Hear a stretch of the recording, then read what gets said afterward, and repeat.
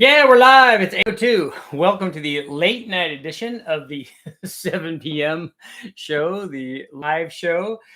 I'm an hour late. We had something that we had to get done. Also, I put up another video, and that's what we're going to be talking about tonight. Is I put up a video today about the test that I did when I was down at West Tech this last weekend, where I assembled all of the 4.8 liter, put together all of the, and fixed all of the problem areas, and there were many.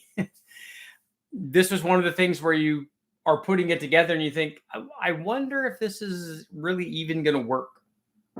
The cool thing is that because I have a lot of extra LS parts, things that you might not use if you were putting together like a brand new thing that you're maybe going to put in a car and run a drag week or whatever. But if you're this is a perfect application for all of this used stuff that's just laying around, it's been rattling around together in the boxes of stuff. If I take apart a motor and I'm just going to use the block, well, I keep everything else. So we take all of the stuff, lifters, the cam retaining plates, all of that, front covers, all the old timing chains, all of that stuff. I save all of that stuff because at some point I'm going to go get a motor from the wrecking yard, and it's not going to be in very good shape.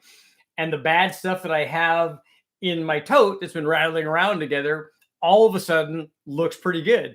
When I've got a motor over here and it has a broken lifter and a broken camshaft, all of a sudden that ratty used LR4 or LM7 camshaft that looks like it has, track grooves worn in it from the roller lifters, all of a sudden that's actually looking pretty good. Same thing with all of those stock push rods that we've just given away.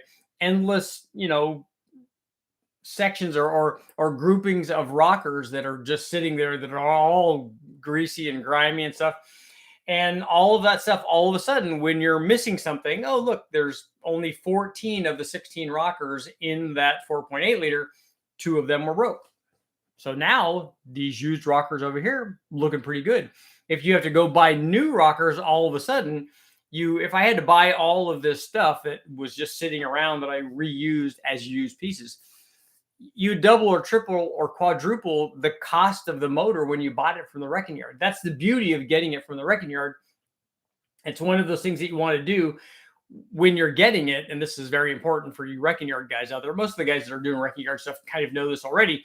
But when you go there, you need to, and if you're buying a complete motor, which is more expensive now, the guys that are going to the wrecking yards and getting stuff and then reselling it, all of the wrecking yard guys are like, hey, why are we only charging this amount for a smog pump? And these guys are reselling it and making a lot more. There shouldn't be a big margin for these guys to make this kind of money. That's why they're raising their prices. It's all those guys doing videos and stuff. But if you're going to get a complete motor, make sure all the things are on it. Go look at it. Does it have the cam sensor? Does it have the crank sensor? Does it have the TPS? Does it have the IAC? Does it have all the injectors? Does it have the rail? Are all the bolts there? Are the coil packs there? If the wires aren't any good, get good wires on it. All of that stuff.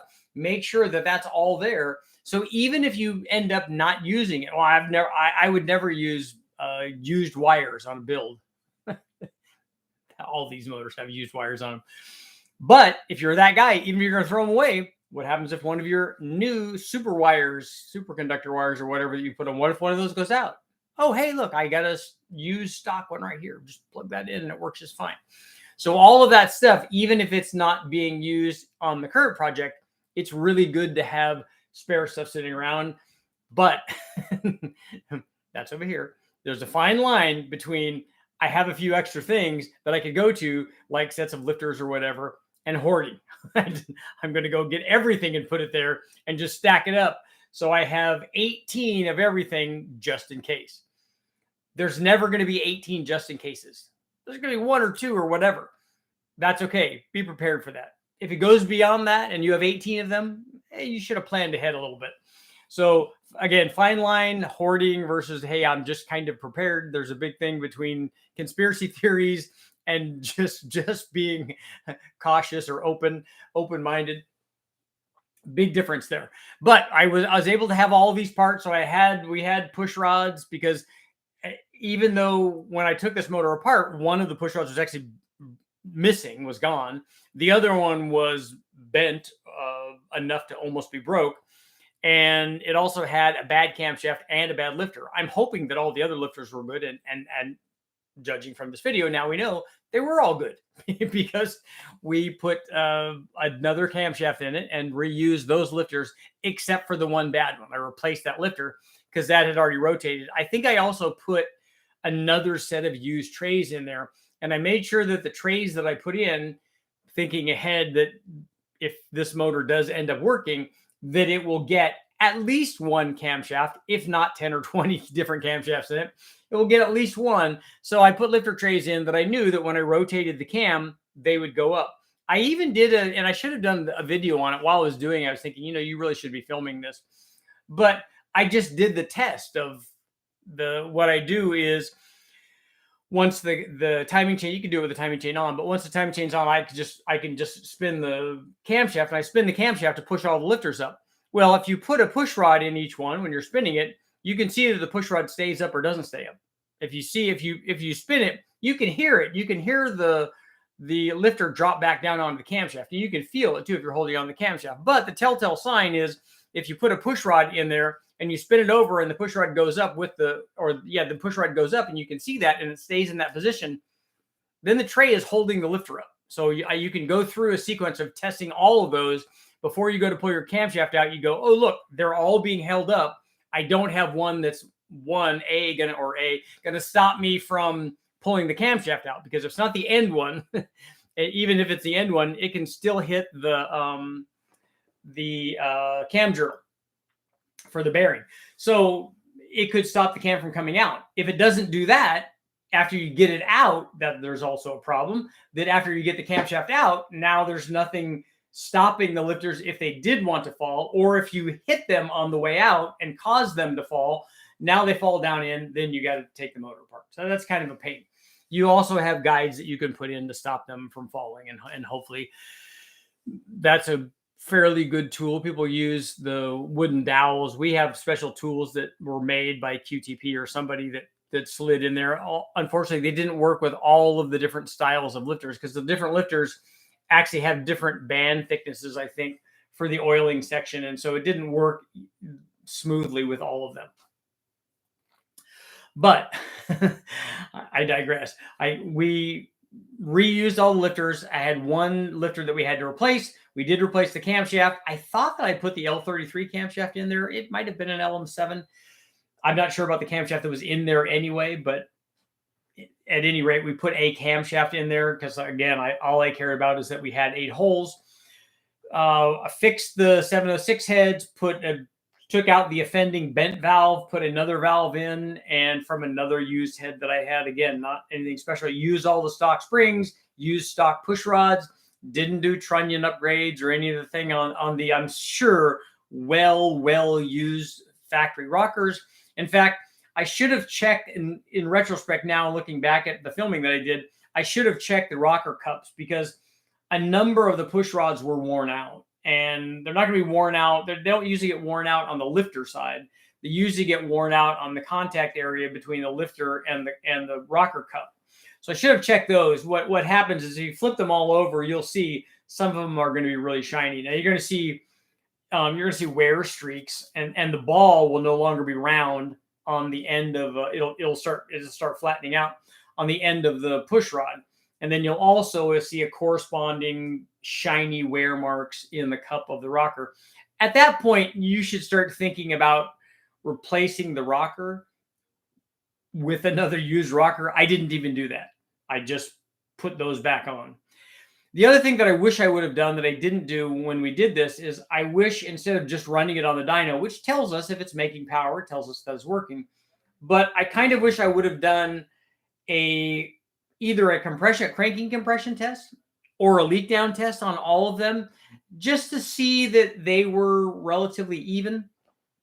So I should have done that. And maybe the next time I go down, I will do that to see that, just see if we don't have one low cylinder, make sure that they're all present and accounted for. I didn't see a lot of blow by. it would be better to idle the thing or run it without the fan going, because that tends to draw, if there is blow by, it tends to draw it away. I didn't see my fancy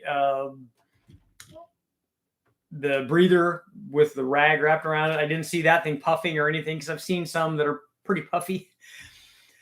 So it all worked out fairly well. And then now I've posted the video up of all the things that were required in getting it running. So let me know in the comments what you guys thought about the ball honing it with the piston still in there. Was that a huge mistake? Did it, is it a terrible thing? Did it work? Did it not work? But now that it's running, and therefore you should have your answer.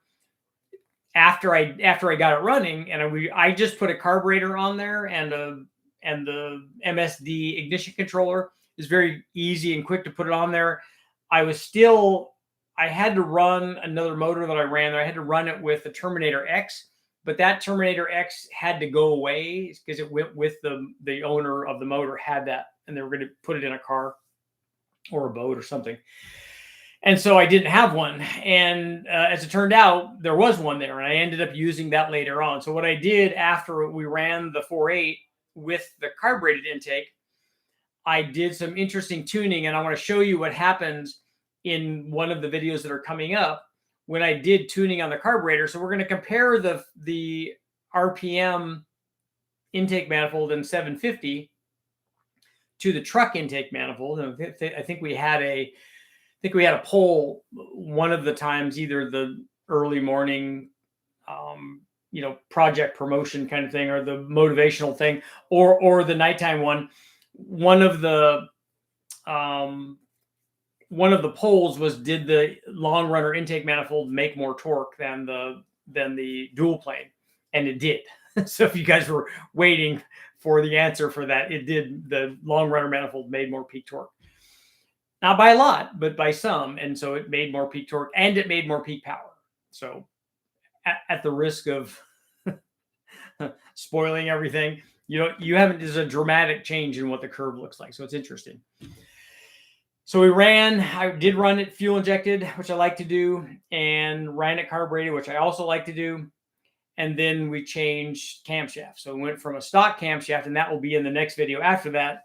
We did a cam swap to the Brian Tooley Truck Norris NSR cam. So I left the stock 706 springs, just the factory truck springs in there, the smallest ones that they make, the 500 lift ones, and the NSR cam is like 498. So I never even measured the springs. I didn't even check them. They were on the head. The head went on. I was happy that it ran. And so since it's an LS and it's on the dyno and it has a stock cam in it, it has to get something other than a stock cam in it. So that's what I did. So all of those tests are coming up on the 4.8. And so that's all really good stuff. But the interesting thing is, while I was doing the carburetor testing or carbureted combination testing, I did some fairly interesting tuning procedures. So what the primary side of the carburetor had a power valve in it. But interestingly enough, the front and the back side, normally you'd see a difference with one of them having a power valve. You'd see a difference of 8 or 10 jet sizes, but the difference was only 2. So what we had is a situation, and I tried, we had a situation where we had way too much primary fuel. But the problem is, if I try to strip away a bunch of fuel from the primary side, then it gets too lean as I'm rolling in. And so it doesn't really want to have less jet there. So what I did was, I'm going to take the power valve out. We're just going to block it off. And then I'm going to add a little bit of jet, which it liked for rolling in and stuff. And so that helped. But I want to show the difference in power going from with the power valve to without the power valve, and its effect on how much fuel you're using, because it brought the air fuel up like into the 13s or something, or low 13s, where everybody would want to run these carbureted applications. And yet it just had a dramatic effect. It lost a bunch of power doing that. So it wanted a bunch more fuel. The other thing that I did with the carburetor is, in order to get the air fuel curve so that it wasn't really rich at the bottom and leaner at the top. It was still rich when I first started out, but I put a 4-hole spacer in it. When I put the 4-hole spacer in it, what it did was it made it took some signal away from the bottom. And so it leaned that out at the bottom and made the airfield curve a lot more manageable. It was instead of skewed top to bottom, it kind of made it a lot more even. So then all I have to do to get the fueling that I want, get the air, if you want a fairly flat airfield curve. So to get that, then all I had to do was adjust jet sizes. And so we did some of that with the fuel injection. 80-pound injectors in it. We had, and I ran all the stuff on 91. Quite honestly, given the static compression of the power output of this thing, I could have probably run this on 87, especially at the temperatures that we were running it on. The other thing that I wish I would have done that I didn't do is on that motor, the valve hit the piston, which is why it bent the valve, because in that competition, the valve usually loses unless the valve head breaks off. And then the piston comes back up and smacks it, and then it could just punch a hole right through the piston. But it did put a ding in the piston, and I didn't go in and smooth that out.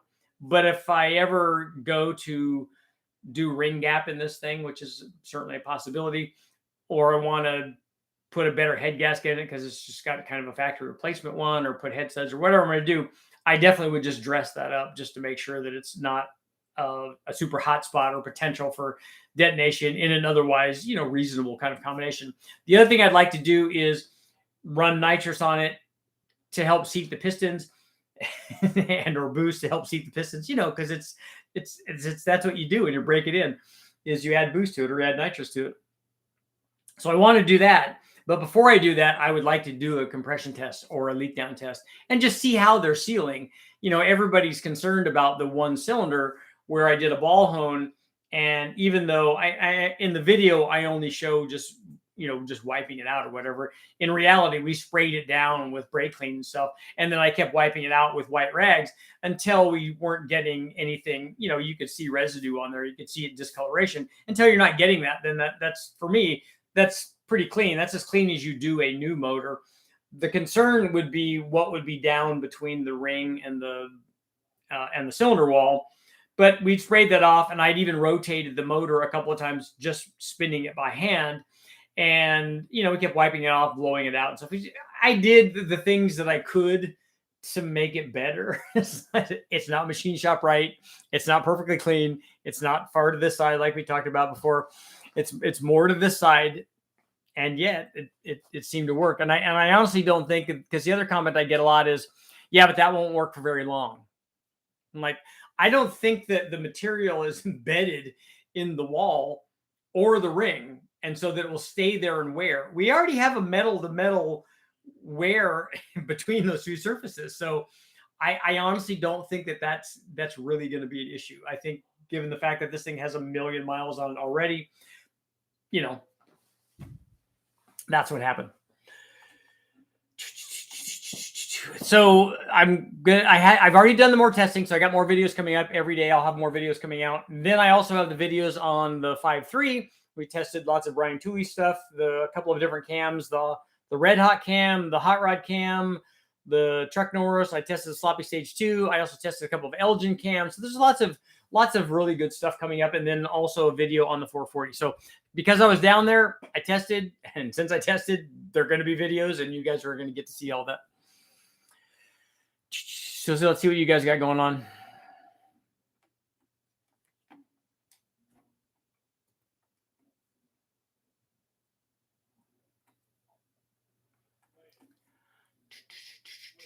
It's 32 degrees outside. Where is it 32 degrees at?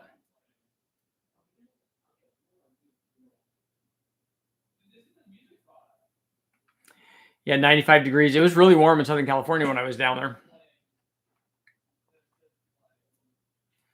Crazy weather peaks this week. Really last really warm front of the season, probably. Crazy cold weather east. Really hot in the west means weather events very soon. So if we've got big disparities on either side, does that mean we're going to have tornadoes in the middle?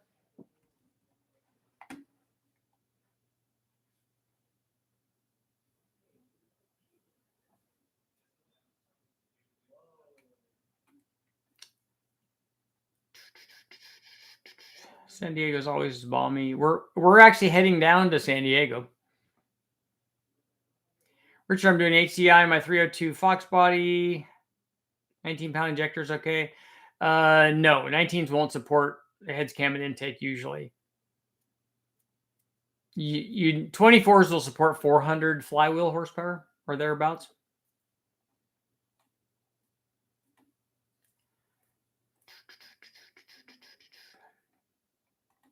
Any methods to sleeve a Gen 4 block on somewhat of a budget? I want cube. Should I just go to? Should I just? You should just. You can build a 408. You can build bigger things than that, but nothing about doing sleeves is going to be on a budget, though.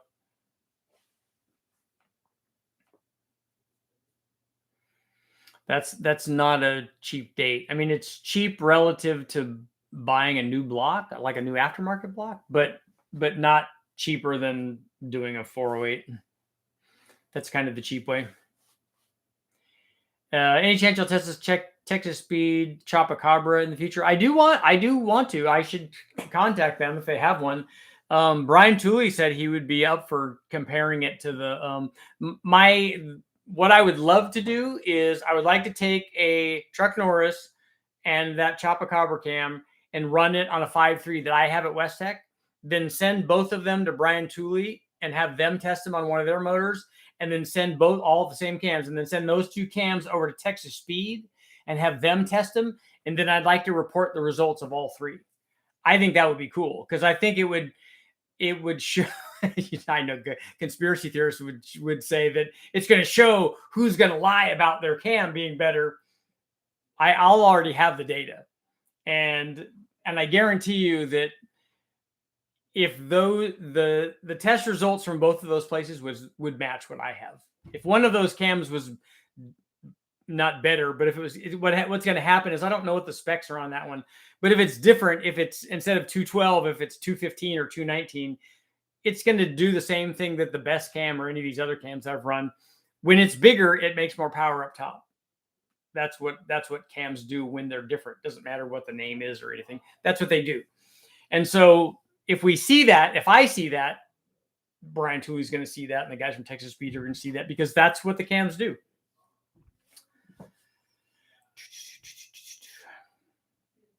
I don't think you removed enough material to adversely affect the bore. I didn't remove very much material. It just more cleaned it up.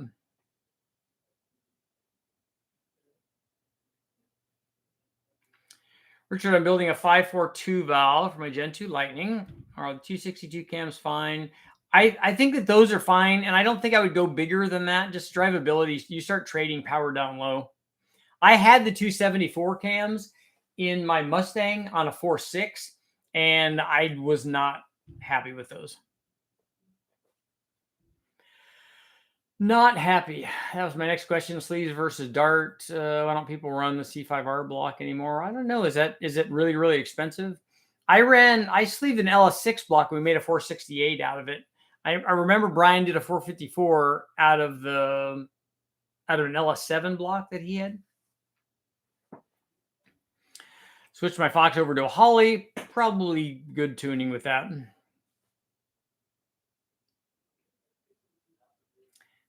Making a Ford 427 Stroker Windsor for towing. Yeah, you can do that, but a 427 is going to require an aftermarket block, though. Decap 24-pound injectors. I've never decapped the 24s. The guys from Steve from Powertrain decapped a set of 36s for me, and we used them in the Honda.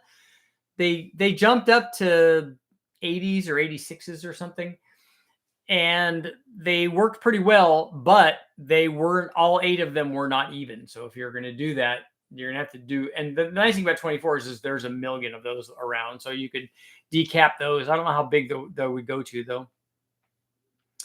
Going to put the max speeding $120 turbo on this. I'm going to run twins on something, probably the 5.3, though. The largest Windsor stroke is a 4100. I would not recommend a 4100 stroke in a 351 block, nor would I recommend it on a standard LS block. It's hard to find 30-pounders. They're expensive.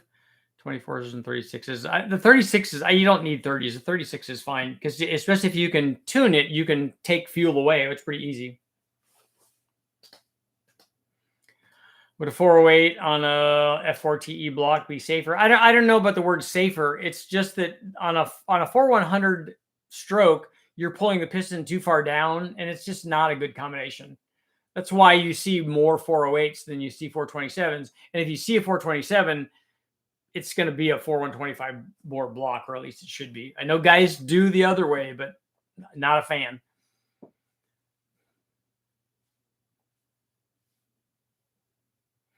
C5R block would be extremely expensive. I thought that those were a lot. Tim's in the house.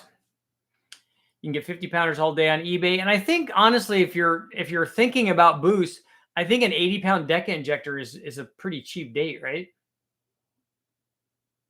Because I think a lot of different people sell those. And if you're gonna go 80s, you should really just go 150s. We use some of those. Oh, I have to have a poll here, right? I was wondering what's going on.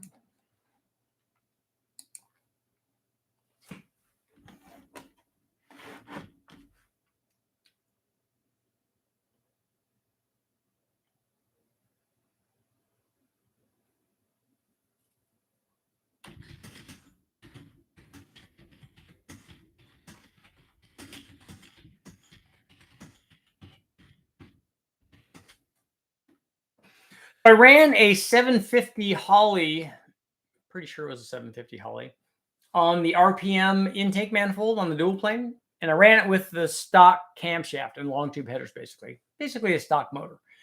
So my question is,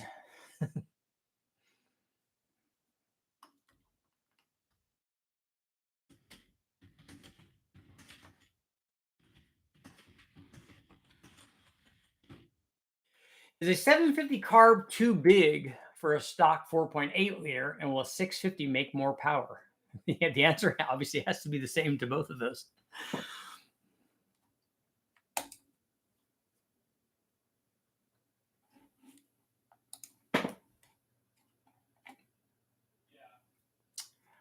Ford's are tricky because injectors are rated at 43 psi. It's a 39 psi system, so a 24 is close to 19 unless you mess with the pressure, and a 19 is like a 17.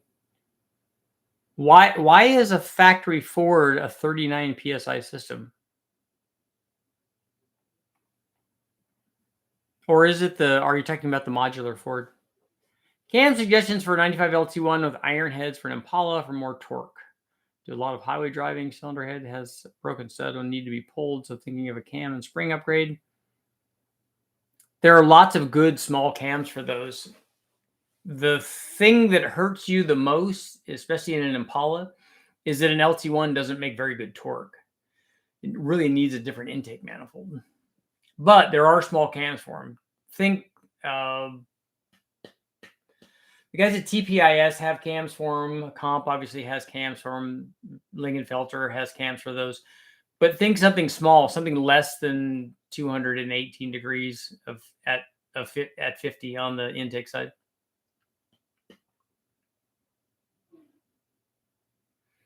On Amazon, I got a set of 8 deck injectors for $15. I think that they meant to put 15 bucks each. That's your win.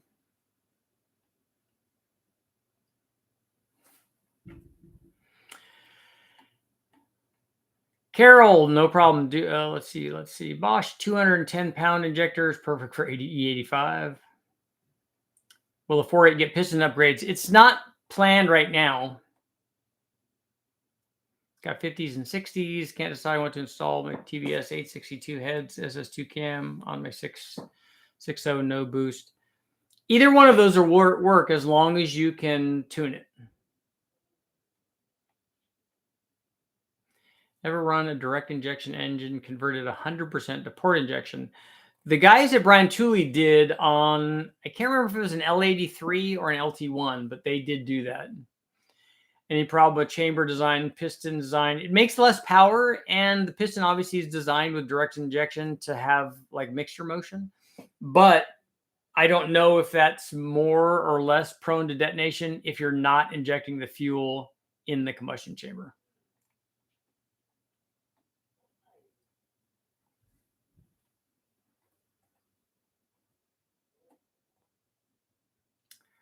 Tony, a stock 5 liter is 39 psi from the factory? I thought that they were 43.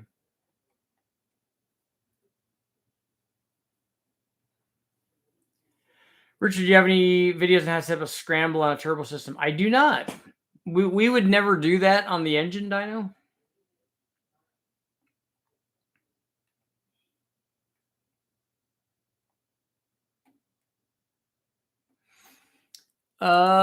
Tony, let's go and see stock.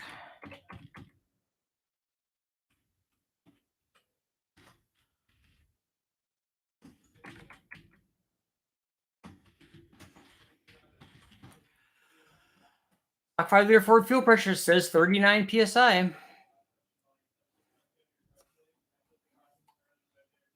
I'm gonna call Mark on that and see if that's the system pressure. It seems like it is, though.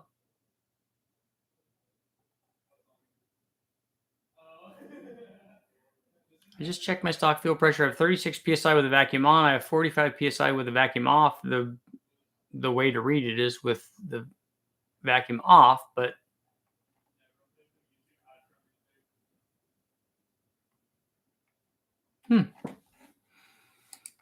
cool.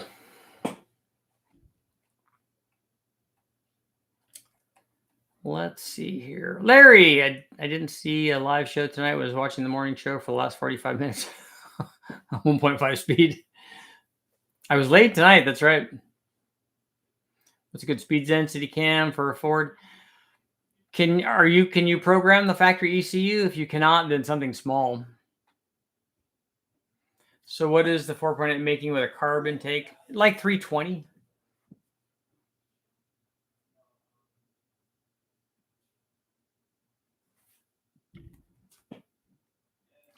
David Vanderhoof has a good video on scramble boost with the Holly.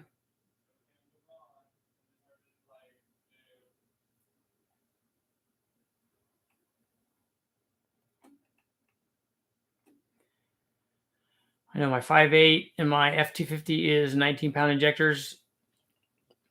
Are the 351s and 19s? I can't remember taking those apart, but that seems right. I mean, they weren't making very much power.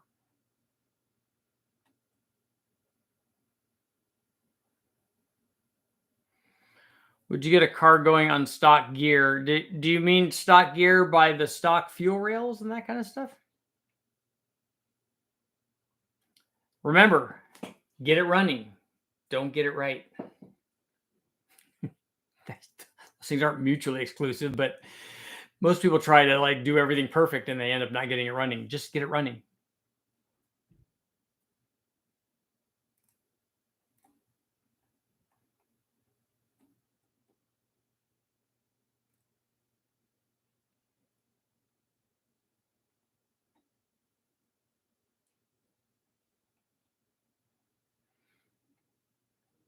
Yeah, the 19s are orange. Just a torque cam in the 4.8, 113 degree LSA or tighter. A 224 is not a torque cam in a 4.8. That's a pretty high RPM cam.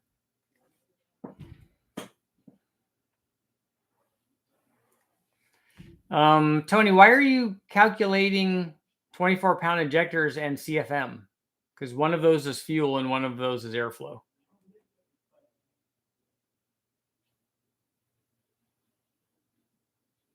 Hopefully the vet will run Saturday evening. Found a leak through somewhere in the trans. Got to figure it out. Mons is in the house. Yes. Don't get it right. Just get it running. How's our poll doing? Is a 750 carb too big for a stock 4.8, and will a 650 make more power? And 66% are saying no. So we have about 2/3 are thinking that the 750 is not too big for a stock 4.8. Oh, I just ended the poll. For you guys that didn't vote, sorry about that. I clicked on the wrong thing. We will have to have another one. We'll see.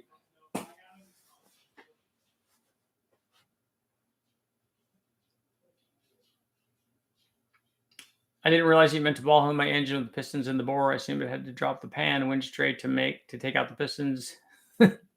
Larry, look, like I said, it was a junkyard motor that wasn't going to work. So that was my starting point. So everything that I did could only be a step up from that. and you hone it, clean it as best you can, and give it a couple of Hail Marys, and you're good to go. Can I get 600 wheel horsepower out of a 4.8 NA on 93? Yes, you can, but it's going to be fairly expensive. Did you get the 3800 heads or the 2.2 heads back? No, neither one.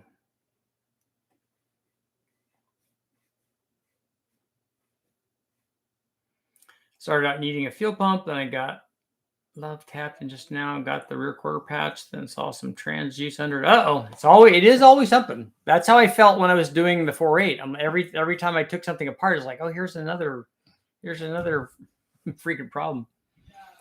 Maybe the 650 would be quicker, but pretty sure the 750 will make more power. GM put a 750 Q-Jet on a 4.3 liter V6. Really? That's the Q-Jet that they put on there? It was a 750?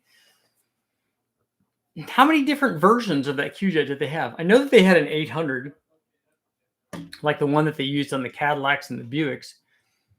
And I know that they had a 750, but did they have a smaller, did they make a smaller Q-Jet as well?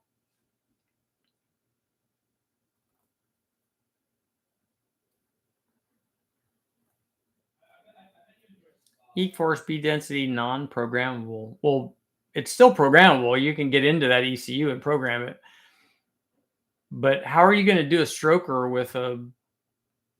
with just the factory ECU? I was thinking stroker short block E7 heads, 24-pound injectors, and stockish cam. That might be close because you're changing the fueling too. Take a look at I have videos up on a 347 with E7 heads and a stock camshaft. You could kind of see what it did to the power. And then what happened when we put good heads and cam and intake manifold on it.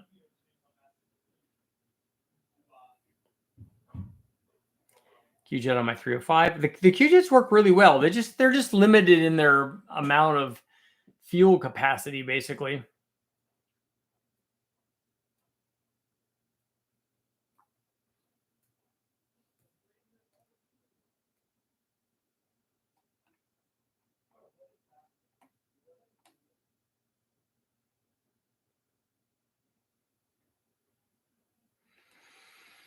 I know that the Brian and Ben from the car farm, shout out to those guys, the Omni guys. Well, they're not really Omni guys. Actually, they are. Brian has an Omni, has a GLHS, and they both have GLHSs. So I rescind my last statement. But Brian was porting some heads for me, so we should have those before too long. Read today, the SCTA canceled the October meet at El Mirage. Have you raced there before? I have been to El Mirage a couple of times. Picked up a T56 for the Chevelle. I've been bringing back from the dead. Nice. I'm building a 408. Just curious what pistons to get. I think a turbo would give me 600 wheel horsepower and 15 miles per gallon. I think if you were trying to get 15 miles per gallon, that a turbo combination rather than a naturally aspirated combination would be way better. Because the thing that's going to give you fuel mileage is your cam timing. And if you can get the cam timing, in fact, if you were going to do that and you wanted 600 wheel horsepower, I wouldn't even build a 408. I'd just use a 351.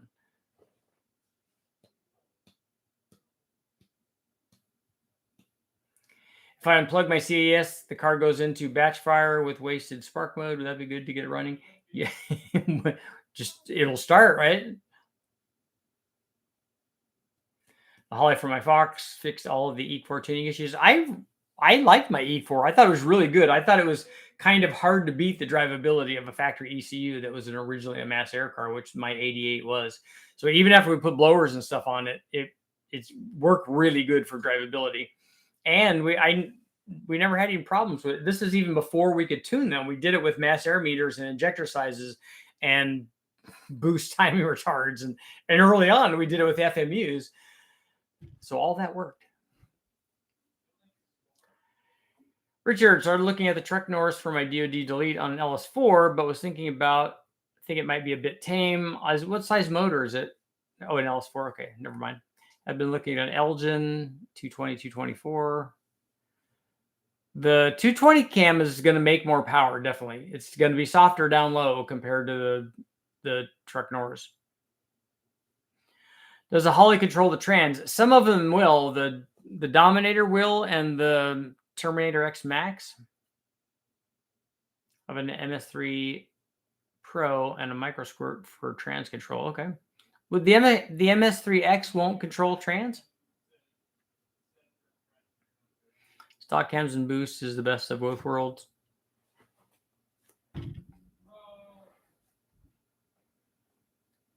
I bought the 1839P. Don't know how it runs. It will work, and it will work under boost.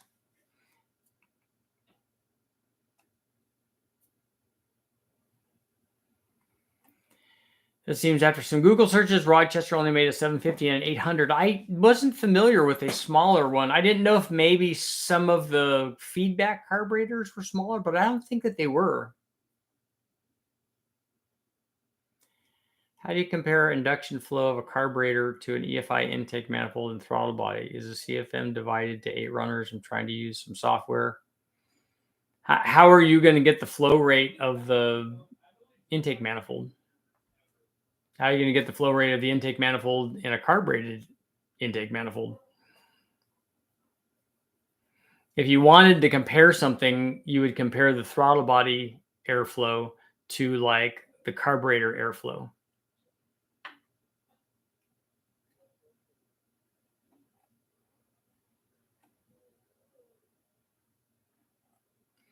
My Camaro makes 600 wheel horsepower and I get 11 miles per gallon.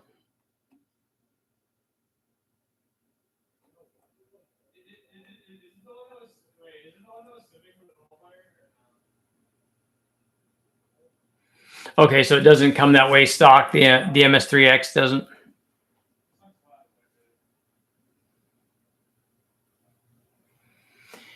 Is a stage 4 PDS cam from BTR too much for a 5.3 with an S400 turbo?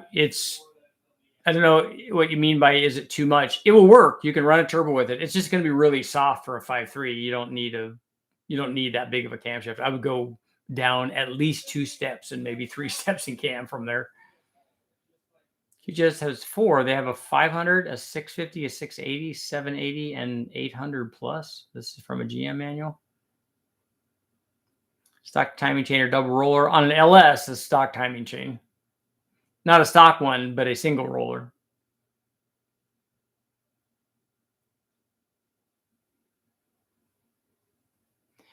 With a T56 Magnum, 370 gears, 15 pounds of boost on a 6-liter LS will get you 22 miles per gallon and 800 wheel horsepower.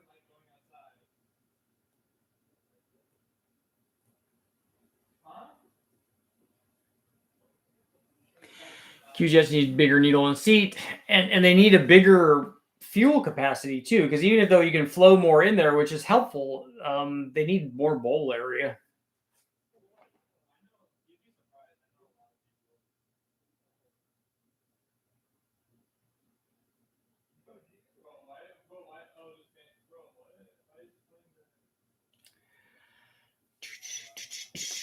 Ported everything, but the heart of it is a 472, 496, 215, 224 LSA Linati.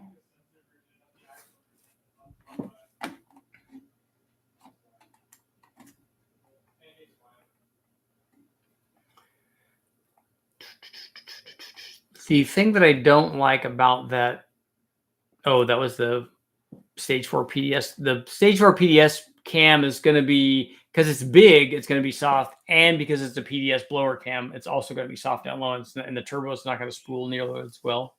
But it's going to make good top end power if that's what you want.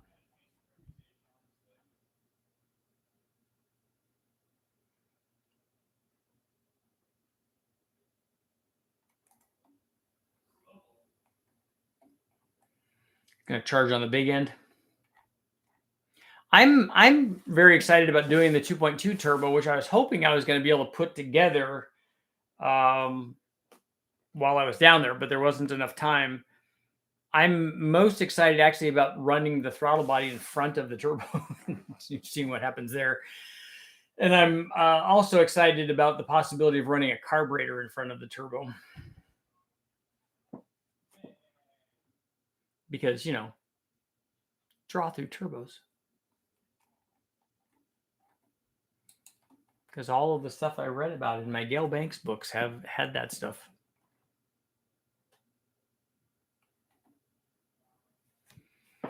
8 psi and 600 wheel horsepower. So you were at 400 or so NA. So that's a pretty good motor. It's got to be like a 6-liter or something.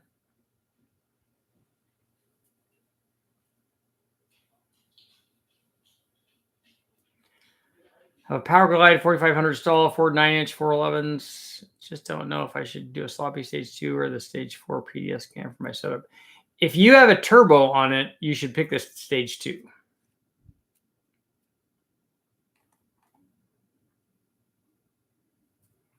In fact, let's see. I scroll back and see what size motor that was.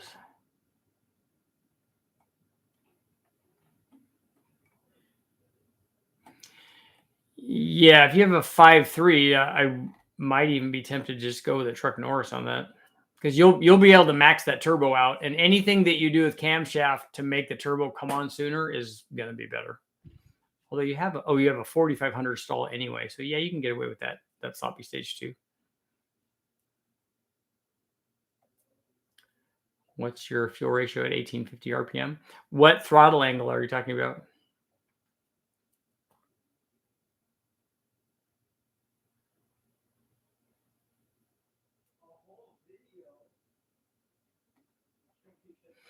Yeah, James, the draw through carburetor stuff is not going to be ideal. That's not the point. The point is that it's neat and not new. It's old and different and cool and different, mostly different. I'm excited about doing the Crown draw through turbo setup for the Z motor, because that's kind of OG for the Z stuff. I want to try that.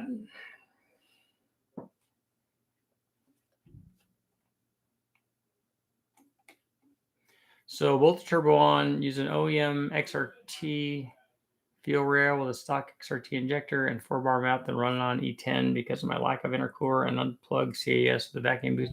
I don't know what the CAS thing does, so I'm lost there. The vacuum hose from compressor to the wastegate. Yeah, you can go from the compressor to the wastegate, or you can go from the intake manifold behind the throttle body to the wastegate also. Then you'll get higher boost. Summit drop-in truck LS cam, 209, 219, 500 lift. Yeah, suppose you can use stock springs. You can. That's right at the limit.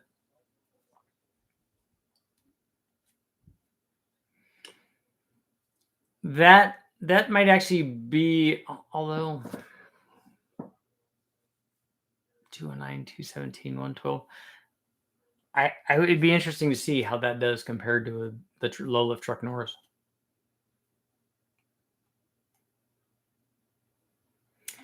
Richard, can't intercooled draw through carb setups? No, you normally don't run intercoolers on those because you get fuel puddling if you do that. Just think how well a turbo will atomize the fuel on a draw through setup. Does it really?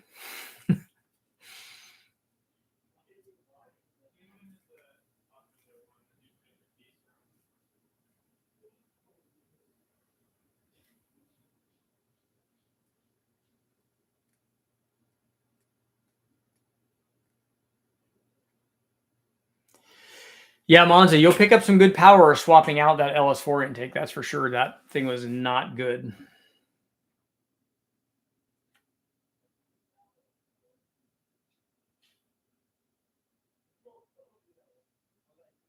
Do you have a small cam or a cam with lots of duration? 227, 234. That's getting up to the medium-sized cam area. That's actually a little bit higher than medium-sized cam. I look at the big cams as 230, low to mid 230s at 50, because that's getting near the limit of available piston to valve clearance for factory stuff.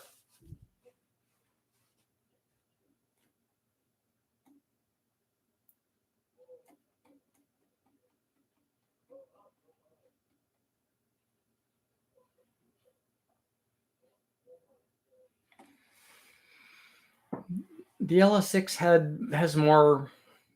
Yeah, it had more or LSA, right? And the LSA, most of the factory ones have fairly wide LSAs.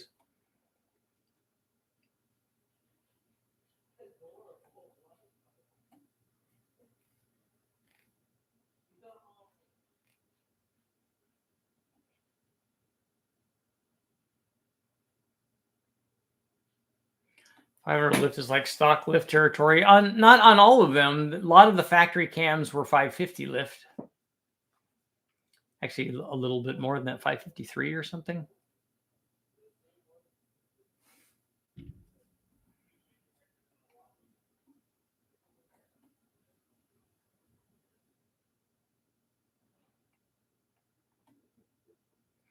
CAS cam angle sensor, and the engine goes into batch fire mode with wasted spark. Okay.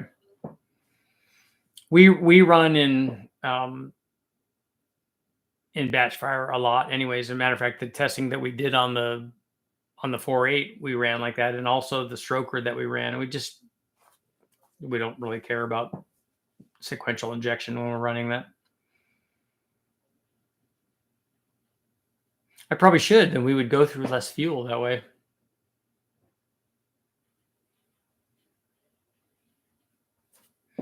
You don't understand the infatuation for wide LSAs for LS motors? With the factory ones, obviously, it helps them idle and get better fuel mileage.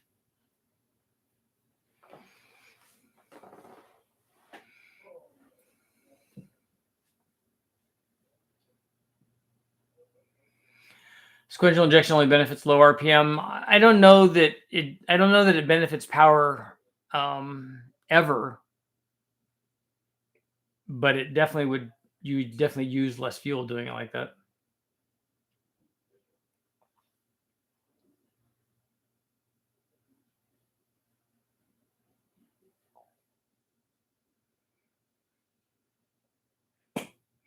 On the 4.8 liter, we ran. I think we ran the Excel 80-pound injectors on it.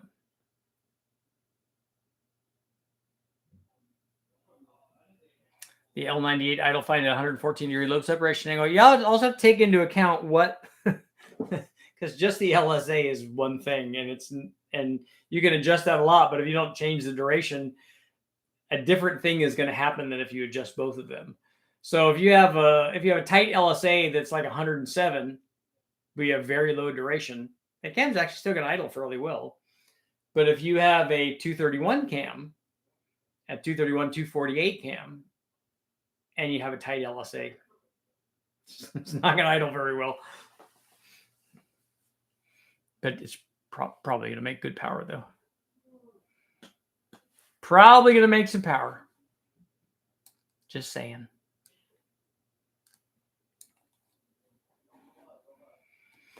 Sequential injection was implemented for low speed emissions. That's it. It does very good at that because if there's not unburnt fuel there, that's good. And like I said, we would use less fuel because we're not spraying it into areas that are not designed or not in the position to benefit from the fuel to produce power. We're just spraying it willy-nilly. Obviously not very much if we're just running low speeds and low throttle angles and low loads, but still it's better for fuel mileage if you don't do that. The truck, the four-wheel drive truck, I have the 02 Silverado with a 5.3 in it. That's all stock. It has some kind of throaty muffler on it, but all the rest of it's stock exhaust manifolds and stock cats and everything. That gets about 19 on the freeway.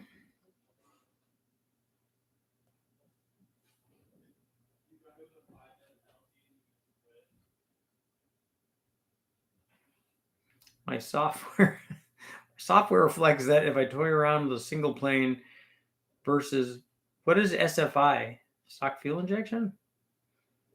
SFI absolutely makes more power. I don't know what SFI is, but if you're talking about a single plane versus almost any other kind of intake manifold, they're going to make more torque.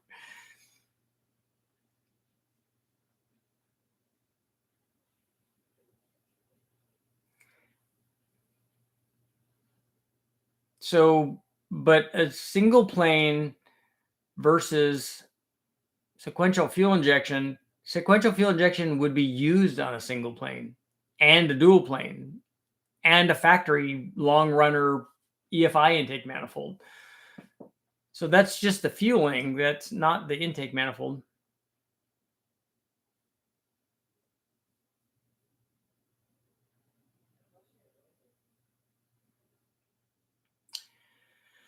You run a real racer unless you flip your pistons.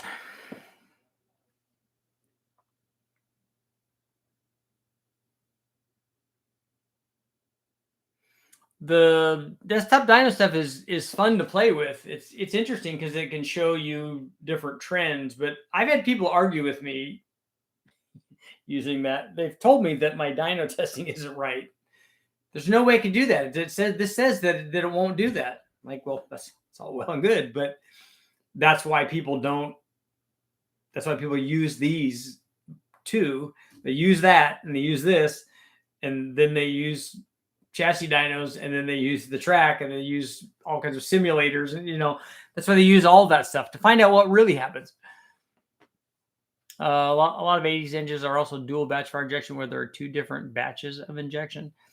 And then the Ford stuff is actually sequential up to about 3,000 RPM, and then it reverts to batch.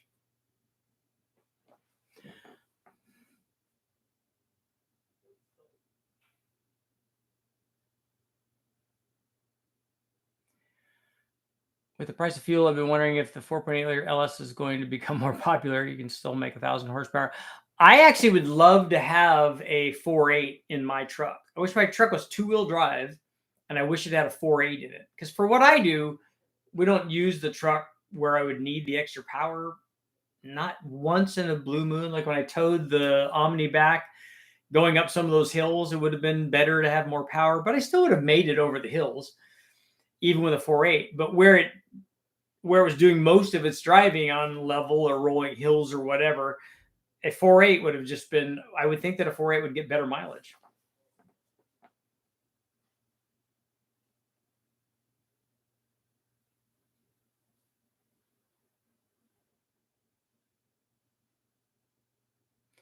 I tend to see 5.3s getting better mileage in 4.8 than 4.8s.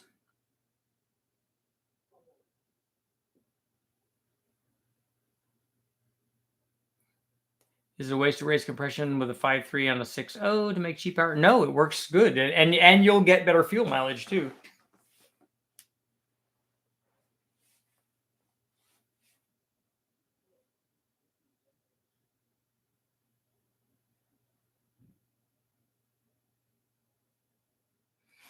I have an 0248 with a stage 1 mother thumper cam and a 243 heads. It's going in a 90 C1500 OBS, a 342 gears, 32 to 3600 stall.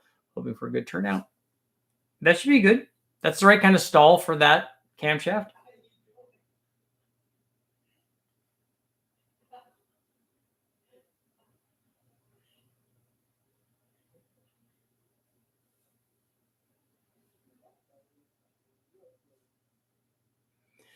LM7 was a great 5.3. I'm about to put one in a Wrangler. That's what I have in my truck. It's worked really well. I'd like to put, it has a lot of miles on it, and it does burn oil, but I think that it's been doing that for a long time.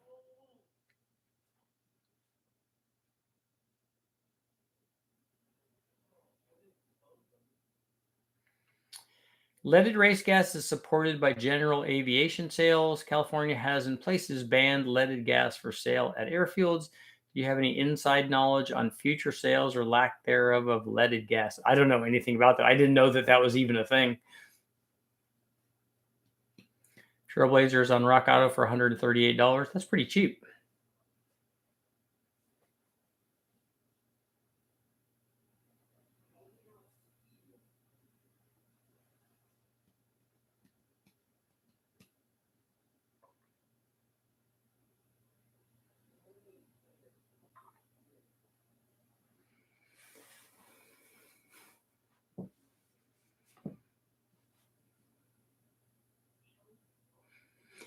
Airplanes still run leaded gas because they still run old engines that need it.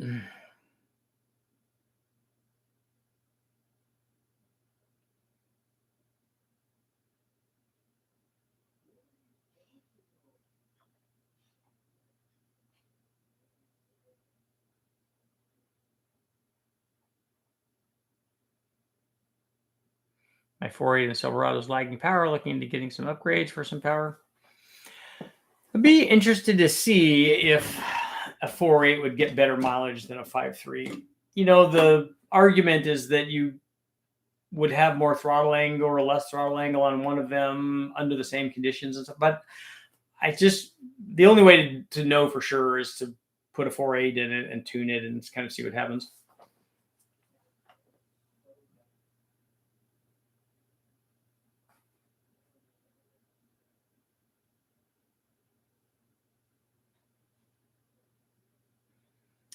L98 cam was 202, 207.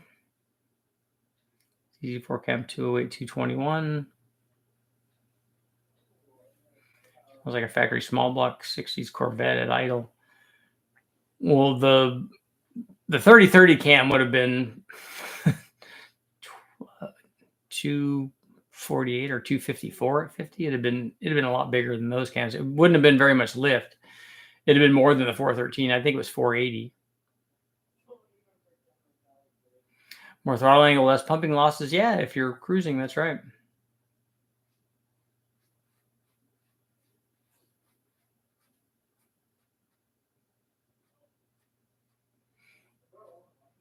The ZZ4 is an aftermarket cam. It's I don't know who makes it for GM or if they made it, but it's a crate motor cam. It's not a factory one.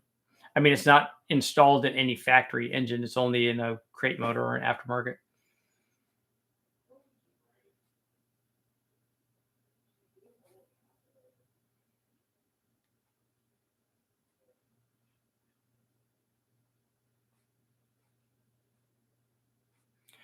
A turbo diesel would definitely be better for fuel mileage for a truck.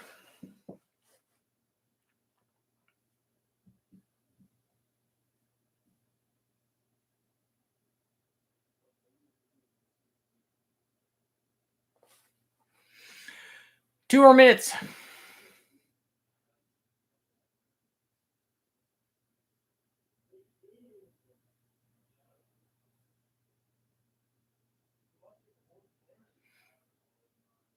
Will a 289 Ford with good heads make as much horsepower as a 4.8 liter? I don't think so. Considering how much power a stock 4.8 makes, even with good heads on a 289, I don't think it will.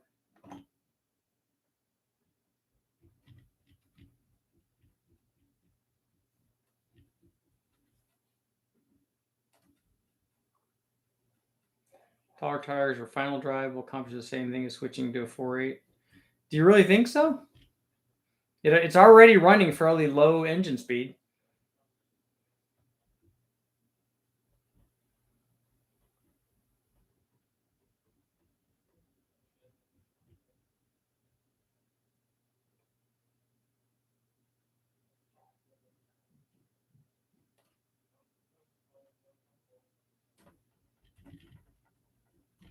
I'll be speaking at a conference or a, I don't know what it is, symposium or something. It's not a symposium. That's the wrong word. We're doing a thing at SEMA, and I'll be the moderator for two discussions. One of them is essentially the future of tuning. And obviously the OEMs are making it harder and harder for for the aftermarket to be able to crack their computers. And so there'll be lots of good guys on the panel to discuss that. The other one is actually about, with all of this push for EVs, is there another option for internal combustion engines? And the discussion basically is about hydrogen power. So that'll be interesting too. So there'll be lots of really, really sharp guys on the panel for people to be there to ask questions about. And I will be there to help. I obviously have lots of questions too. Haven't been doing this for a while. So it'll be an interesting deal. Yeah, and the hydrogen thing is interesting because the byproduct of burning it is not pollution, obviously. You'd have to they'll have to be discussions of the cost and all that, but it'll be interesting because it can still be used with essentially current internal combustion engines as we know them, and not have to, it's an alternative to overloading the grid if we all were forced to have EVs and stuff. And while I'm not 100% against electric vehicles because they do have like a massive amount of torque, and if you've ever ridden one or driven one, it there's definitely performance to be had there. It's just that I don't know that that's the answer to the problem that they're throwing this solution at. I don't know that that's it, but it'll be interesting to see. It'll be interesting to hear this discussion on what is essentially kind of an alternative fuel. I like Honda Insights just for their body shape.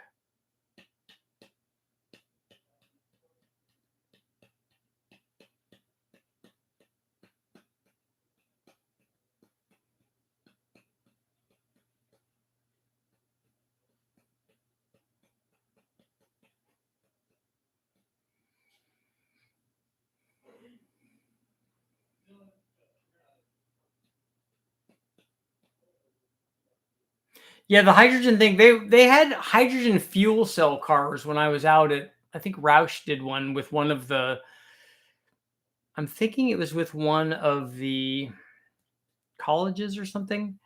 They had one out there, and the people at Bonneville were so afraid of it, they made it go park it by itself like a, like it's going to be a hydrogen bomb or something. Just silly.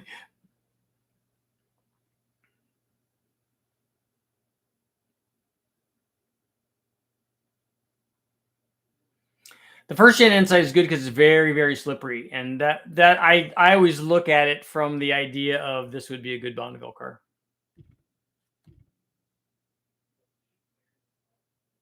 Yeah, and they were light. If you get rid of all the battery packs and all that stuff, and then a lot of guys were obviously K swapping those, which would be good.